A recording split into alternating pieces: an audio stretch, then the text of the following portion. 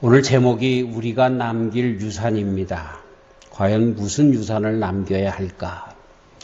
요즘 이사를 하면서 보니까 쓸데없는 물건들이 얼마나 많은지 모릅니다. 이미 지난 것도 있고 또 자녀들을 키우면서 있었던, 그리고 그 자녀들이 다 이제는 나가서 필요 없는 물건들도 있고, 또 보따리로 쌓아놓은 채 그저 3년, 4년, 5년 쾌쾌 썩혀놓은 그런 짐들도 있고 그렇습니다.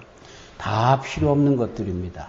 물론 또 닦고 또 꺼내서 빨고 그러면 쓸 수도 있겠지만 이미 우리들에게 또 있는 것들이 있어서 필요 없는 것들이 얼마나 많은지 모릅니다. 이사하면서 그런 생각을 해봤습니다. 너무너무나 힘든 거예요, 이사하는 게. 또 우리 애들이 다 나가 있어서 나 혼자서 힘쓰는 일들을 많이 하다 보니까 아오디 탄광을 경험하는 그런 이사의 경험을 했습니다. 그러면서 그 가운데 짬짬이 그런 생각을 해봤어요. 나의 영원한 고향은 하늘나라인데 그것으로 이사할 때 어떤 이삿짐을 가지고 가야지? 그러다가 생각해 보니까 아무것도 필요 없더라고, 하늘나라에 갈 때. 그래서 너무 좋더라고. 하늘나라에 갈 때는 그냥 가면 되는 거야. 내 영혼만 딱 가면 되는 거야. 그리고서 내 속에 그리스도 예수님만 있으면 되더라고요. 그래서 천국 이사가 너무나 귀하구나. 그래서 은혜를 많이 받았습니다. 육체적으로는 고생스러웠지만 영적으로는 귀한 경험을 하는 그런 시간이 되었습니다. 자, 그래서 오늘 말씀을 처음 들어가면서 질문이, 과연 우리의 인생이 이제 단 5분 남았다면, 단 5분밖에 안 남았다면 그 5분 동안 어떻게 살 것입니까? 하는 질문을 좀 드려보려고 합니다. 그리고 오늘 말씀이 끝날 때 마지막으로 한 번 더 그 질문을 드려보려고 합니다. 지금 무슨 대답이 있겠지만 마음속에 간직하시고요. 마지막 또다시 그 질문을 드릴 때 여러분들이 대답해 보시기를 바랍니다. 그렇기 때문에 우리는 끝내는 사는 것이 우리의 삶이 아니라 죽는 것이 우리의 삶인 거예요. 죽음으로 나아가고 있는 거예요. 그렇기 때문에 이 마지막 순간에 우리가 생각해야 할 것은 어떻게 살 것인가, 우리가 2019년을 어떻게 살 것인가, 그것에 대하여 생각하는 것도 중요하지만 사실상 우리는 죽기 때문에 어떻게 죽을 것인가가 더 중요한 우리들의 질문이 되겠구나 하는 생각을 해봅니다. 어떻게 죽을 것인가. 그래서 전도서 7장에 보면 지혜로운 사람은 초상집에 그 마음이 있다라고 이야기를 하고 있습니다. 인간의 가는 길이 다 그 길인 것을 깨달아 안다. 그것이 내가 2019년에는 어떻게 살 것인가 라고 하는 생각보다 나는 이렇게 한 해가 시작된 것 같은데, 2018년이 시작된 것 같은데 마지막이 있는 것처럼, 2019년이 시작한 것 같은데 2019년도 마지막이 있는 것처럼 내 인생이 시작된 것 같은데 마지막이 있는데 나는 그 마지막을 어떻게 지낼 것인가 라고 하는 생각을 하는 것, 그것이 참 지혜로운 그러한 생각이다라고 하는 것입니다. 저는 그러면서 이런 것들 때문에 너무 염세적으로 그래 우리는 그래서 인생은 아무것도 아니야 그렇게 생각하면서 염세적으로, 그리고 또 금욕적으로 뭐 이상하게 살려고 하는 그러한 식으로 내몰기 위해서 이런 말씀을 드리는 것이 아니라, 참 인생을 어떻게 살아가야 할 것인가 라고 하는 것이, 어떻게 죽을 것인가 라고 하는 그러한 대답을 하면 참 인생을 어떻게 살 것인가 라고 하는 답이 자연적으로 따라 나올 것이라고 우리 성도님들에게 말씀드리는 것입니다.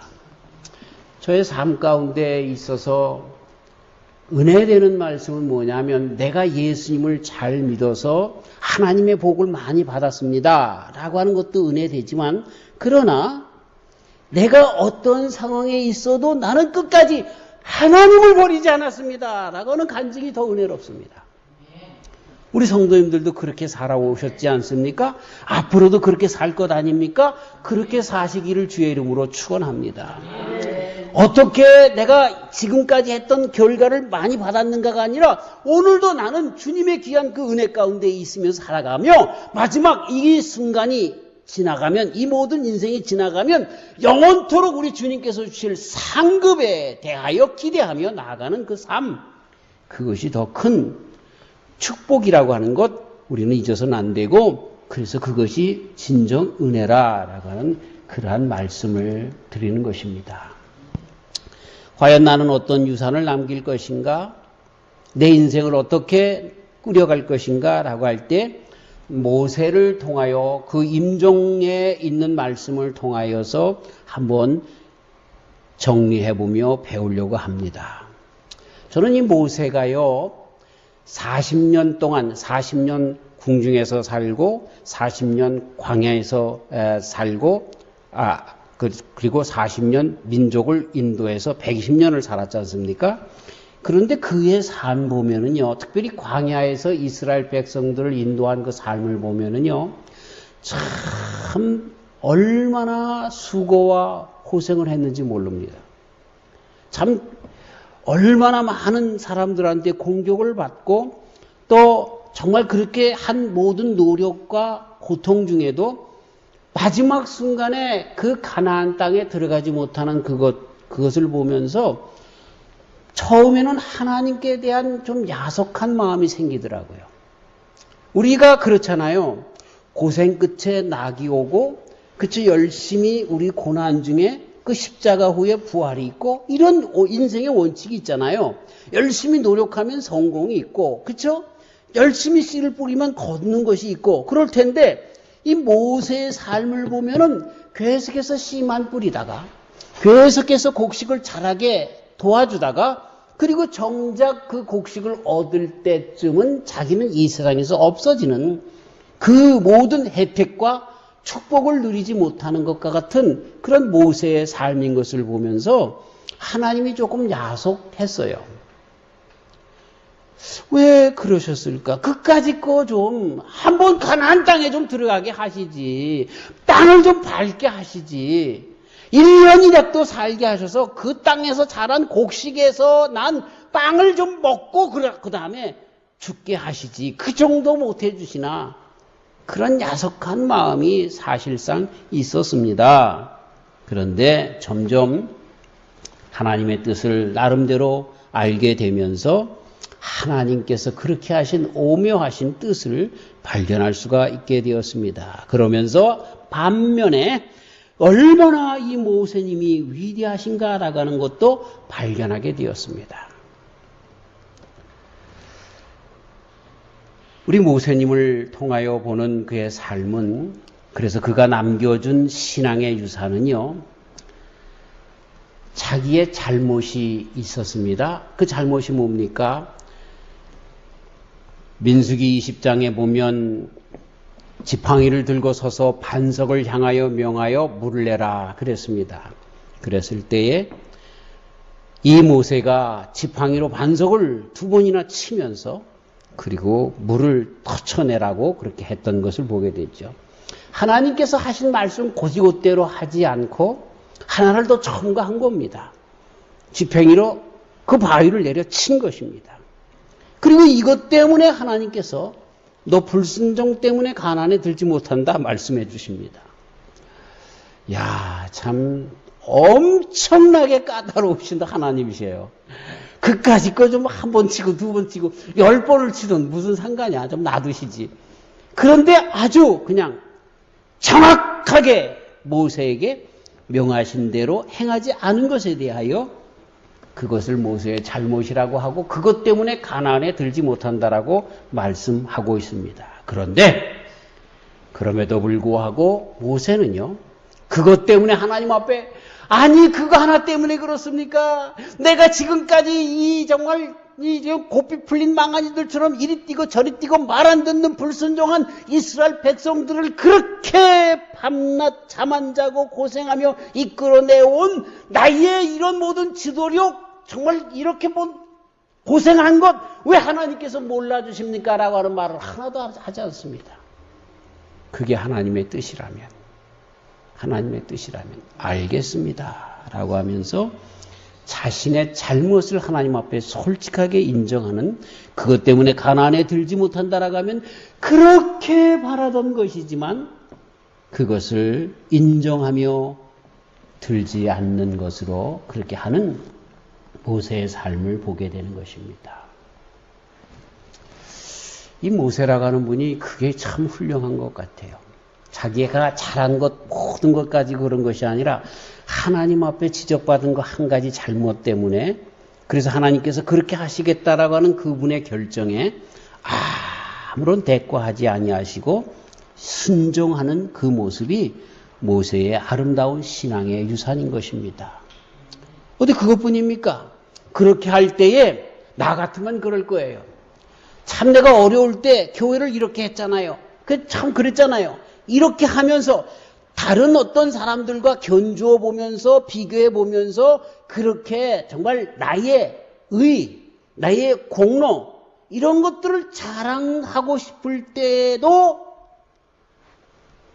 모세는 그것을 다른 사람들과 비교해서 하나님 앞에 그러기 때문에 내가 좀 낫지 않아요? 라고 자신을 다른 사람들과 비교하는 말을 한마디도 하지 않습니다. 하나님께서 자기에게 주신 말씀만 그대로 그 말씀에만 순종했던 것을 보게 되죠. 참 우리가 살면서요, 많은 일들 보면 하나님의 말씀이 나에게 떨어질 때 그거를 상대화시킵니다. 야, 네가 좀 시간을 더 바쳐서 좀 충성해라. 그럴 때 우리는 어떻게 합니까? 아유, 나는요 정말 직장도 다녀야 되고 자식 새끼들도 키워야 되고 뭣도 해야 되고 등등으로, 그런데 저 집사는 보면 맨날 같이 집에서 뺑뺑 놀고 있는데 저 사람이 교회 일을 더 열심히 해야죠. 그렇게 남에게 상대화시켜서 하나님이 저에게 더 일을 시켜야지 나는 괜찮다는 거야. 나는. 예? 그런데 모세님께서 하신 것 보면 절대로 하나님의 말씀을 상대화시키지 않았습니다. 하나님, 내가 말이죠 이스라엘 백성들과 40년 동안 고생했는데 저 따라오는 놈들은 뭘 잘난 것이 있어서 가나안 땅에 들어가게 합니까? 말도 정말 지질이 안 듣고, 나는 한 번 하나님의 말씀을 어겼지만 저놈들은 그냥 하루에도 12번 이상씩 어기는데 저놈들은 가나안 땅 들어가고 나는 못 들어갑니까? 그렇게 할 수도 있었어요. 그런데 모세는 그러지 않습니다. 하나님이 그렇게 하신다라고 하니까 알았어요 하면서 하나님의 말씀을 절대화해서 내가 순종했지, 다른 사람과 비교해서 상대화해서 왜 저 사람들은 가게 하고 나는 못 가게 합니까? 라고 그렇게 하지 않았던 것을 보게 됩니다. 저는 여기에 모세의 훌륭한 신앙이라고 있다고 그렇게 말씀드리고 싶은 거예요. 왜 그 신앙이냐면요, 어련히 나를 잘 아시는 좋으신 하나님께서 알아서 나에게 주실까라고 하는 겁니다. 문제 나에게 있는 것 우리 주님께서 정말 너는 털끝 하나 잘못이 없어서 순전한 종으로 살아라. 그리하면 내가 영원한 나라에 가서 너에게 줄 축복이 굉장하단다 라고 하는 것을 믿었기 때문에 그러는 거예요. 그게 바로 모세의 귀한 신앙인 거예요. 주시는 분도 하나님이시고 거두시는 분도 하나님이시라고 하는 고백이 그 속에 있는 거예요. 자신은 이 땅에서 배우고 하나님만이 감독이요 연출자인 것을 순전히 고백하는 그 고백의 삶이 모세의 이러한 자세에서 그대로 배어 나오는 것이죠. 그렇기 때문에 이 모세는 당신이 살아가는 동안의 한 모든 일 속에서 자신이 한 일에 자랑하지 않습니다. 모세님을 통하여 말씀을 이렇게 생각을 하면 할수록요, 참 제 자신이 얼마나 부끄러운지 모릅니다. 조금만 무슨 일이 있으면 자랑하고 싶은 것이 우리의 마음이지 않습니까? 그렇죠? 특별히 목회하면서 목회자가 정말 어렵게 목회를 시작했다가 많이 성도들이 부흥되면 자기의 자랑으로 삼으려고 하는 그런 일들이 있지 않습니까? 근데 모세는 그런 이야기를 전혀 하지 않습니다. 그냥 아무런 것에, 모든 것에 백지가 되어서 하나님께서 말씀하시는 대로만 그렇게 살았던 그의 삶인 것을 보게 되죠. 모세의 한 일이 얼마나 훌륭합니까? 얼마나 큰 일입니까? 바로 앞에서 한 일 보세요. 맨 처음에 나일강을 피로, 또 먼지들을 이로, 개구리들이 나타나게, 메뚜기들을 나타나게, 어두움을 하고 장자의 재앙, 이런 것들 10가지 재앙 가운데 그 다음에 홍해를 가르고 이스라엘 백성들을 다 나오게 하고 마라의 쓴물을 단물로 바꾸고 만나함의 지렁이를 내리게 하고 반석에서 물이 터쳐나오게 하고 구름기둥과 불기둥이 있게 하고 이런 모든 일들이 모세 때에 그대로 이루었습니다. 아마 이 세상에 우리 예수님 빼놓고 그런 기적이 늘 넘쳤던, 표적이 넘쳤던 그러한 인도자가 있었다고 하면 모세 아닙니까? 40년 동안 광야에서 살아가는 모든 일들을 인도해 나온 아주 유능한, 아주 훌륭한 그러한 종이 바로 모세이지만 한 번도 그분은 자신에 대하여 자랑하지 않습니다. 그리고 지금까지 그분의 묘가 발견되지 않았습니다. 만약에 모세의 묘가 지금까지 있다라고 하면 그 묘가 어떻게 됐을까? 사람들이 아주 그냥 그 마호멧이 죽어서 메디아에 지금 그 죽은 그 관이 있는 그 있잖아요. 성지가 되어서 수백만이 그냥 그 죽음의 장사에 이제 초상 치른 그날에 다 모여서 압사돼서 20명씩 30명씩 죽을 정도로 사람들이 많이 모여서 그렇게 신봉하잖아요. 아마 모세도 그와 같았을 것이라고 생각됩니다. 하나님의 계명을 받았죠. 이스라엘 백성들에게 모든 그런 율법을 허락했죠. 이스라엘 백성들을 애굽에서 건너간 영웅이죠. 그렇기 때문에 그렇게 신봉받아야 마땅할 그런 자였는데 자기의 무덤조차도 남기지 않은 사람입니다. 얼마나 귀한지 몰라요. 저는 이 모세의 모든 삶을 그렇게 보면서 성모 마리아 그분이 참 안타깝습니다. 가톨릭에서 지금 얼마나 그 성모 마리아를 신봉해서 예수님보다 더 위에 올려놓는지 모릅니다. 아주 그분이 천국에서 가슴을 치고 애통할 겁니다. 이 세상에서 그렇게 큰 일을 이룬 모세님도 더 큰 일을 이루신 예수님도 그렇게 무덤을 신봉받지 않았는데 죽으면서 온전히 하나님께만 영광 돌리면서 그렇게 나갔는데 그런데 그렇게 오히려 예수님보다 더 나은 자로 신봉받는 가톨릭에서의 그 성모 마리아는 얼마나 마음이 아플까 하는 생각을 해봅니다. 그분의 뜻이 아닙니다. 자, 모세가 바로 그런 분이었어요. 자신이 모든 것을 한 것에 대하여 자랑하지 않고 남겨두지 않은, 그리고 자기가 살아가는 동안에 하나님께서 자신에게 남겨주신, 그렇게 행하게 하신 일들, 그러니까 내 범위를 아는 거예요. 내가 해야 할 일들을 아는 거예요. 인간으로서의 나의 그 자세를 아는 거예요. 그래서 맡기신 일에만 충성하고 그리고 끝내는 모든 영광을 다 하나님께 돌려보내는 그러한 삶을 그렇게 살았던 것이죠. 그의 삶이 그래서 죽도록 고난과 수고만 한 것처럼 보입니다.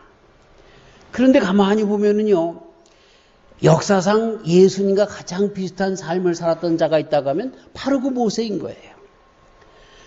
참된 성도는 예수님을 따라가는 삶인데 그 예수님을 따라가는 삶이 인생에서 잘 보인 사람이 모세님이십니다. 그런데 그분이 어떤 분입니까?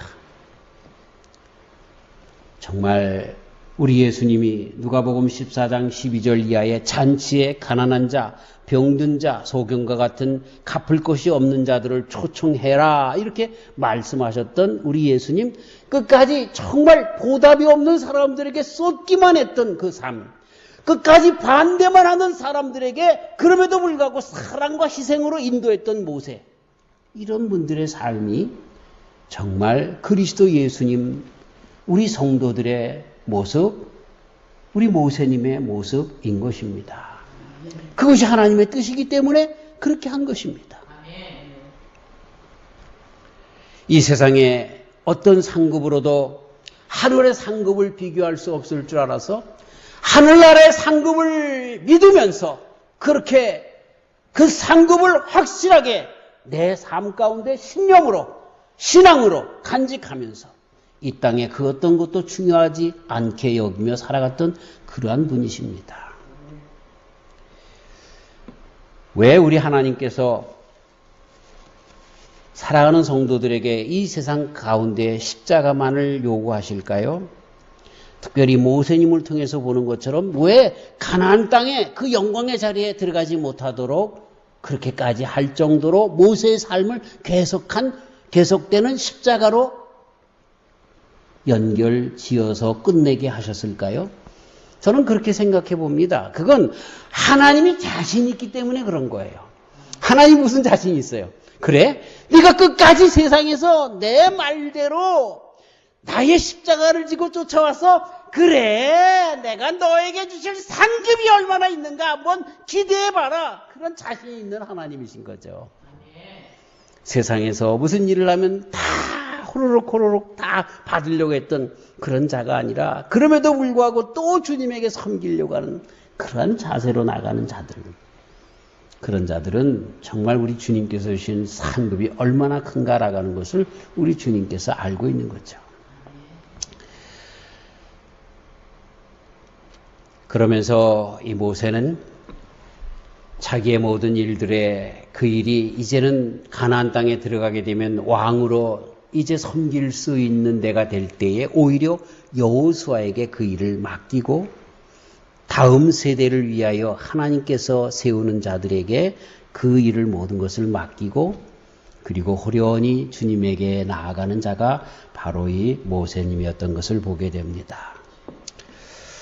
그 이야기는 우리가 모세님을 중심으로 하는 거니까 그만두고요. 또 그것만 하다가도 너무 시간이 지나가니까 그만두고요. 또 다른 점이 있기 때문에 모세를 한번 생각해 봐야 돼요. 그게 무슨 생각이냐면 이 모세가 자기의 민족을 얼마나 사랑했는가라고 하는 것입니다.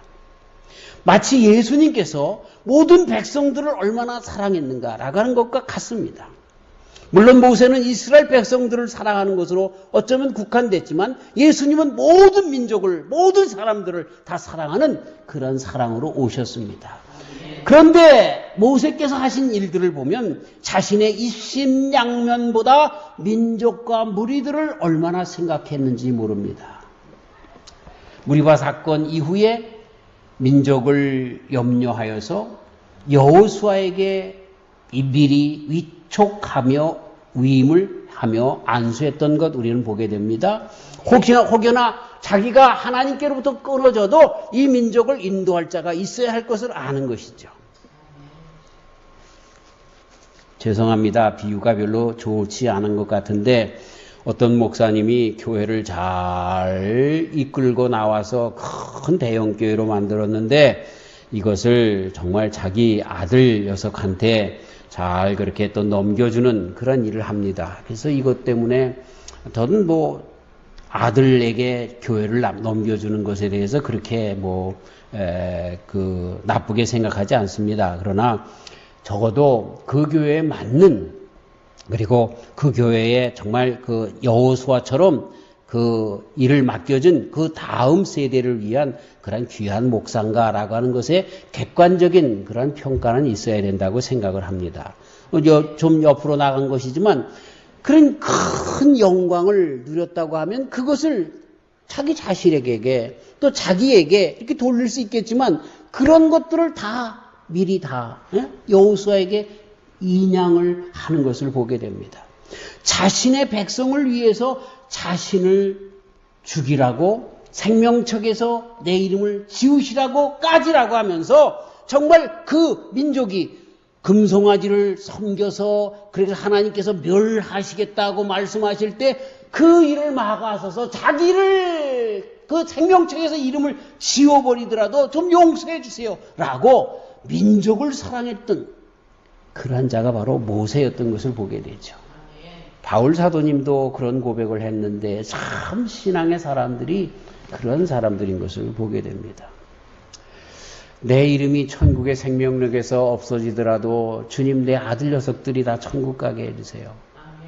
우리 정말 내가 천국에 못 가더라도 다른 사람이 천국 가게 해주세요 라고 하는 참 그러한 신앙 고백, 얼마나 참 귀한 신앙 고백인지 몰라요. 죽음의 순간까지라도 백성들을 생각해서 정말 모든 것들을 다 여호수아에게 미리미리 인양하고 그에게 그렇게 나아갈 길을 다 해주시는 그러한 모세의 삶, 그런 걸 보면서 우리의 인생을 어떻게 살 것인가라고 하는 것을 조금은 배우는 것 같아요. 뭘 남길 것인가? 돈을 남길 것인가? 큰 아파트를 남길 것인가? 그런 문제가 아닌 것 같아요. 자, 그래서 이 거룩한 성도들이 남겨야 될 것이 무엇인가라고 하는 것들을 모세를 통해서 한번 점검을 이렇게 해볼 수가 있습니다. 모세님은 다른 어떤 것보다 영적인 통찰력을 가지고 계신 분이십니다. 그래서 하나님께 대한 지식을 가지고 있었고, 그리고 그분의 위대함은 그가 인품이나 위대한 인간적인 업적 때문에가 아니라 그분이 한 가지로 주를 향한 열심이 있었던 것을 보게 됩니다. 철저하게 자기를 부정하고 하나님께서만 나를 통해서 역사하도록 모든 삶을 남겨준 그러한 삶이 바로 모세의 위대함이었다라고 하는 것입니다. 모세의 삶에서 남은 유산은 바로 그것이었습니다. 무엇이 하나님의 뜻일까? 이걸 날카롭게 판단하면서 정확하게 하나님의 뜻 안에서 행하며 살기를 원했던 자가 바로 모세. 그것이 바로 모세가 남긴 삶의 유산인 것입니다. 그래서 하나님께 대한 완전한 헌신과 하나님의 말씀의 대변자가 되어서 살기를 힘썼던 사람인 것을 보게 됩니다. 역사 속에서 자기가 살고 있는 한 세대 속에서 철저하게 하나님만을 소개했던 자가 바로 이 모세인 것을 보게 됩니다. 그러나 하나님의 전달하는, 하나님만을 전달하는 그 속에서, 하나님의 역사하는 그런 속에서 전달되며 나타날 때 자신을 나타내지 아니하고 주님만 나타난다고 하면 그것으로 참 의미를 두고 인생의 소중한 것으로 생각하고 살아갔던 그런 귀한 분이 바로 모세님이셨습니다.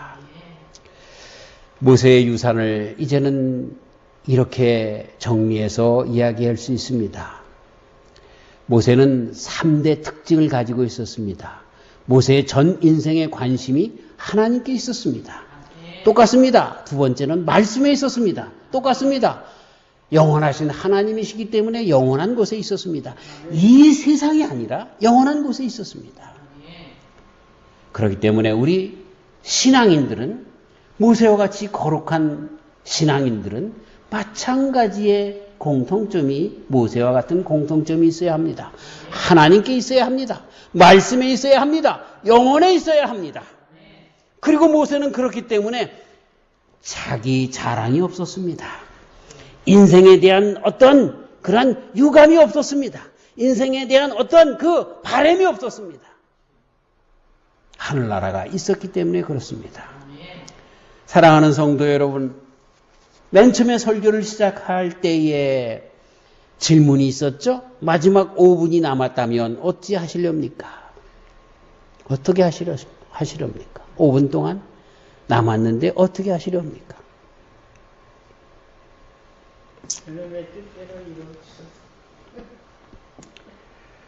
우리 장로님 한 분만 대답을 하셨는데 나머지 분들은 다 속으로 대답을 하고 계시는 줄 믿습니다. 한 가지를 쉽게 적용하기 위해서 데니스 메링어라고 하는 사람이 이런 과제를 냈습니다. 마지막 5분이 남았을 때 과제를 드립니다. 사랑한다고 말하되 반드시 전에 한 번도 그 말을 하지 않았거나 오랫동안 그런 적이 없는 자에게 사랑한다고 이야기를 한번 해보세요. 라고 하는 마지막 5분의 과제를 그렇게 했습니다.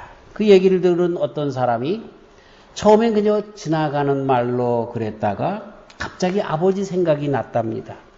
5년 전 아버지와 싸워서 아버지를 찾아가 뵙지 않았다라고 하는 것입니다. 그 이야기를 듣고 자신을 설득해서 아버지께 찾아가려고 하는데 마음이 너무나 무거운 거예요. 참, 부모인데도 그런 마음이 있나 봐요. 그래서 아내에게 이야기를 하고 이런 마음이 생겼는데 어떻게 할까? 그래서 그럼 해야죠 하고서 마치 아침 9시에 전화를 하면서 아버님 찾아가 뵙겠습니다. 집에 방문하겠습니다. 그래서 아버지를 만났습니다. 그래서 아버지에게 사랑한다고 고백했고 아버지도 나도 너를 사랑한다라고 고백을 했습니다. 그리고 돌아왔는데 이틀 후에 아버지가 사망했습니다. 참 5분이라고 하는 그 시간 어떻게 살 것인가. 물론 그 사람은 더 살았지만 그러나 정말로 중요한 것들이 무엇인가라고 하는 것들 우리가 한번 생각하면서 살아가야 할 것입니다. 사랑하는 성도 여러분, 왜 그럴까요? 하늘나라에 가져갈 수 있는 것은 물질이 아닙니다. 우리가 세상에 남겨놓는 유산은요, 그런 것들이 아닙니다. 세상은 없어집니다. 우리 자녀들이 우리가 남겨준 유산을 가지고 어느 정도 그렇게 편하게 살 수 있지만 그러나 그들도 다 죽습니다. 영원한 나라에 갈 때에 하나님 편에서 어떻게 평가받는가, 그것이 내가 또 우리 자녀들이 우리 주님 앞에 섰을 때 가장 큰 문제입니다. 그래서 영적인 것으로 남겨놓을 수 있어야 합니다. 이사 갈 때 그런 것들 버려야 되는 것처럼 그냥 한 가지만 가지고 가면 되는 것처럼 그건 뭡니까? 그리스도 예수님만 가져가면 되는 겁니다. 그리스도 예수님이 가져간다는 말은 뭡니까? 그리스도 예수님의 말씀대로 사는 것, 그래서 사랑하며 살아가는 것, 이런 것들만 가져가면 된다는 겁니다. 모세가 남긴 유산이 그거예요. 하나님의 말씀대로 살아가는 것, 그 삶, 그것이 하나님께 드려진 것입니다. 연말에 저와 우리 성도님들의 삶이 모세님처럼 하늘나라에 가져갈 수 있는 귀한 유산만을 남기는 저와 우리 온 성도님들이 되시기를 주님의 이름으로 축원합니다. 감사합니다. 하나님, 52주 동안 이 강단을 통해서 주님의 말씀이 흘러나오게 하셨고 오늘 마지막 52주의 말씀 가운데 우리가 성도가 남겨야 할 유산이 무엇인가를 모세님의 삶을 통하여 가르쳐 주심을 감사합니다. 주여, 그렇습니다. 이 세상의 모든 것 우리가 주님 앞에 가져갈 수 없고 유산으로 남겨놓는다 할지라도 우리 자녀들에게 잠깐 육체적인 좋은 도움은 되겠지만 그들 역시도 마찬가지로 큰 도움이 되지 못한 내가 주님 앞에 서는 것처럼 그들도 주님 앞에 서기 때문에 그런 것들이 가장 귀중한 유산이 되어줄 수 없습니다. 하나님, 우리 주님 앞에 가져갈 수 있는 거, 그 예수님밖에 없습니다. 예수님이 어떻게 우리들에게 삶을 요청했는가, 그 예수님의 말씀처럼 사랑과 희생과 배려와 주님의 말씀대로 살아간 이 삶이 우리 주님이 우리에게 요청하는 것입니다. 이것이 남겨져야 할 유산입니다. 이렇게 우리 주님의 유산을 남기며 그렇게 살아가는 저희들 되도록 축복하여 주셔서 정말 주님 앞에 잘했다 칭찬받는 주의 백성들 다 되도록 축복하여 주시옵소서. 감사하옵고 예수님의 이름으로 기도하옵나이다. 아멘.